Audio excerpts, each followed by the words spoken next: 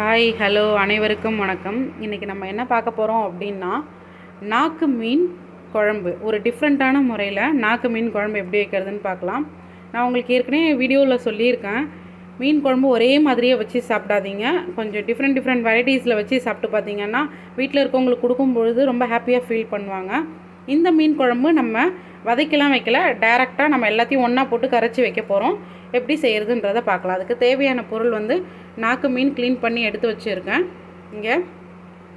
Next வந்து தேங்காய், ஒரு ஹாஃப் ஆனியன், ஒரு 5-6 பல்லு பூண்டு. இது அப்படியே நம்ம பச்சையாக மிக்சியில் அரைச்சி எடுத்து வந்து வச்சுக்க போகிறோம். புளி கரைசல், குழம்பு மிளகாத்தூள் 1 டீஸ்பூன், மல்லித்தூள், மஞ்சள் தூள். நான் ஏன் எல்லாத்துலேயும் மல்லித்தூள் ஆட் பண்ணுறேன்னா, இது ரொம்பவே உடம்புக்கு நல்ல விஷயம். இது மல்லித்தூள்ன்றது எல்லா நோய்களுக்கும் குணப்படுத்தக்கூடிய தன்மை இருக்கக்கூடியது மல்லித்தூள். அடுத்தது ஆனியன், பச்சை மிளகா, அடுத்து தக்காளி. இதெல்லாம் தான் இதுக்கு தேவை. வாங்க எப்படி செய்கிறதுன்றது பார்க்கலாம். ஃபஸ்ட்டு ஒரு மிக்ஸி ஜார் எடுத்துக்கோங்க. அதில் வந்து நம்ம வச்சுருக்க இந்த ஆனியன், கோகோனட், அடுத்தது கார்லிக்கு, இது எல்லாத்தையுமே ஒன்றா போட்டு நம்ம அரைச்சிக்க போகிறோம். இது ஒரு ஃபைன் பேஸ்ட்டை அரைச்சி எடுத்துகிட்டு வந்து எப்படி செய்கிறதுன்றது உங்களுக்கு நான் காமிக்கிறேன். தேங்காய், அந்த வெங்காயம், பூண்டு அரைச்சி எடுத்து வந்து வச்சுருக்கணும்ல பச்சையாக, அந்த அரைச்சி எடுத்துகிட்டு வந்து வச்சுட்டேன். இப்போ நம்ம எப்படி செய்கிறதுன்ற பார்க்கலாம். அடுப்பே ஆன் பண்ணலை, நான் இன்னும் அப்படியே தான் வச்சு சொல்லிகிட்ருக்கேன். இது டிஃப்ரெண்ட்டாக நம்ம செஞ்சு பார்க்குறோம். இந்த மாதிரி நீங்களும் பிடிச்சிருக்குதுன்னா செஞ்சு பாருங்கள். இந்த தேங்காய் அரைச்சி விழுது இருக்குல்ல, அதை இதில் ஊற்றிடுங்க. கொஞ்சமாக அந்த மிக்ஸி ஜாரில் கரைச்சி வச்சுருக்கிற புளி தண்ணியும் ஊற்றி கலந்து ஊற்றிக்கிறேன்.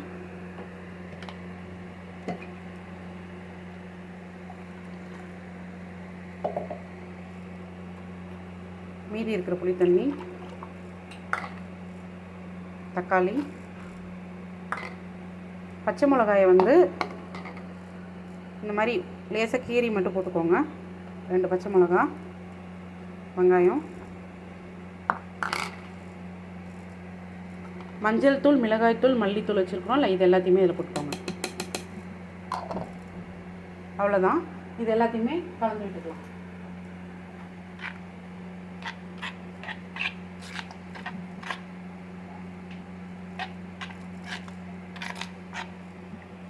இது எல்லாத்தையுமே கலந்தாச்சு. இப்போ நம்ம அடுப்பை ஆன் பண்ணி அடுப்பில் எடுத்து வச்சுக்கலாம். எப்போவும் ஒரே மாதிரியே மீன் குழம்பு, இப்போ மீன் பிரியர்கள்லாம் இருப்பீங்க வீட்டில், அடிக்கடி மீன் வாங்குறீங்கன்னா வீட்டில் வந்து என்ன ஒரே மாதிரியே செஞ்சு கொடுத்து போர் அடிக்குதுன்னு சொல்லிடுவாங்கல்ல. அதுக்காக தான் இந்த மாதிரி டிஃப்ரெண்ட்டாக நான் உங்களுக்கு வச்சு காமிக்கிறேன். பிடிச்சிருக்கான்னு நீங்களும் இதே மாதிரி ட்ரை பண்ணுங்கள். இப்போ அடுப்பை ஆன் பண்ணி சட்டையை தூக்கி அடுப்பில் வச்சுட்டேன். இப்போ இது நல்லா கொதி வந்ததும் நம்ம க்ளீன் பண்ணி வச்சுருக்க நாக்கு மீனை இதில் போட போகிறோம். கொதிக்கட்டும், பார்க்கலாம். இப்போ இதில் உப்பு தேவையான அளவு போட்டுக்கலாம். குழம்புக்கு தேவையான அளவு உப்பு. அந்த மிளகாய் தூள் நம்ம பச்சையாக போட்டிருக்கோம்ல, அந்த வாசனை எதுவும் தெரியாமல் இருக்கிறதுக்கு ஒரு 1/2 டீஸ்பூன் எண்ணெய் ஊற்றிக்கலாம். இப்போ இது கொதித்து வந்ததும் நான் உங்களுக்கு காமிக்கிறேன். குழம்பு நல்லா கொதித்து வற்றி சுண்டி வந்துருச்சு. நல்லா கொஞ்சமாக எப்படி ஆயிடுச்சு பாருங்கள். நல்லா கிரேவி கன்சிஸ்டன்சி மாதிரி ரொம்ப நல்லா திக்காக வந்திருக்கு. இப்போ இந்த டைமில் வந்து நம்ம க்ளீன் பண்ணி எடுத்து வச்சுருக்கிற நாக்கு மீனை நம்ம போட்டுக்க போகிறோம்.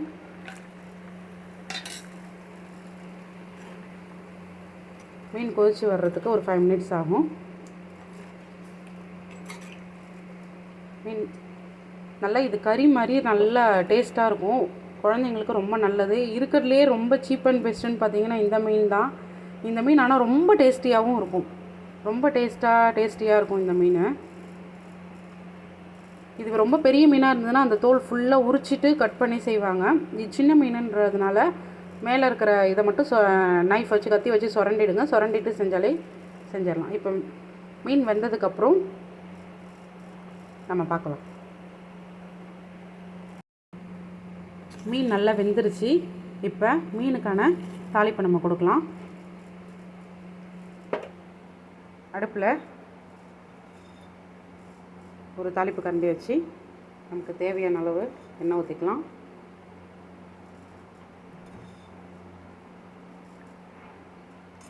இதில் சும்மா கொஞ்சமாக ஆனியன்,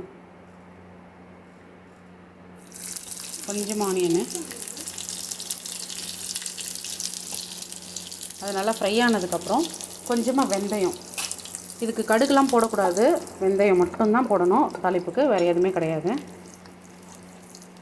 அது நல்லா பொரியட்டும். அப்போ தான் நம்ம வெந்தயம் போடலாம். வெந்தயம் போட்ட உடனே கரிஞ்சிரும். அப்புறம்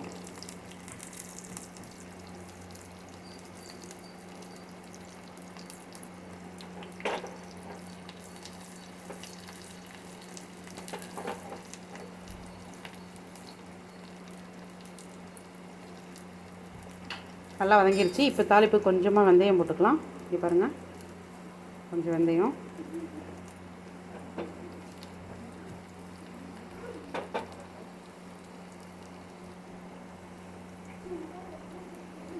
வெந்தயம் போட்டாச்சு. இப்போ வெந்தயம் வெடிக்குது. இப்போ தேவையான அளவு கருவேப்பிலை, கொத்தமல்லியும் நம்ம போட்டுக்க போகிறோம். கொஞ்சமாக கருவேப்பிலை, கொஞ்சமாக கொத்தமல்லி.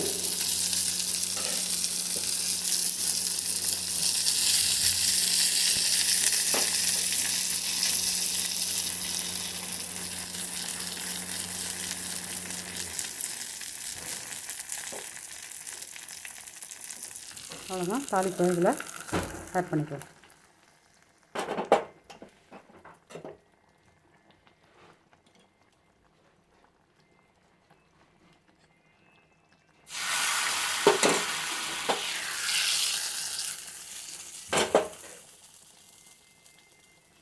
தாளிப்பு ஆட் பண்ணிட்டோம். அவ்வளோதாங்க. சூப்பரான, ரொம்ப டேஸ்டியான, ரொம்ப ரொம்ப சிம்பிளாக, ஈஸியாக, எந்த கஷ்டமுமே இல்லாமல் ரொம்ப சுலபமான முறையில் நாக்கு மீன் குழம்பு வச்சாச்சு. நீங்களும் இதே மாதிரியே ட்ரை பண்ணி பாருங்கள்.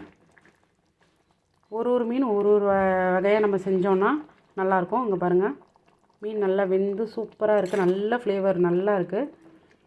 நீங்கள் இதே மாதிரியே ட்ரை பண்ணி பாருங்கள். பிடிச்சிருந்தால் லைக் பண்ணுங்கள், சப்ஸ்கிரைப் பண்ணுங்கள். தேங்க்ஸ் ஃபார் வாட்சிங். அடுப்பு ஆஃப் பண்ணிட்டேன். அது சட்டியில் செய்கிறதுனால அந்த பபிள்ஸ் வந்துட்டுருக்கு.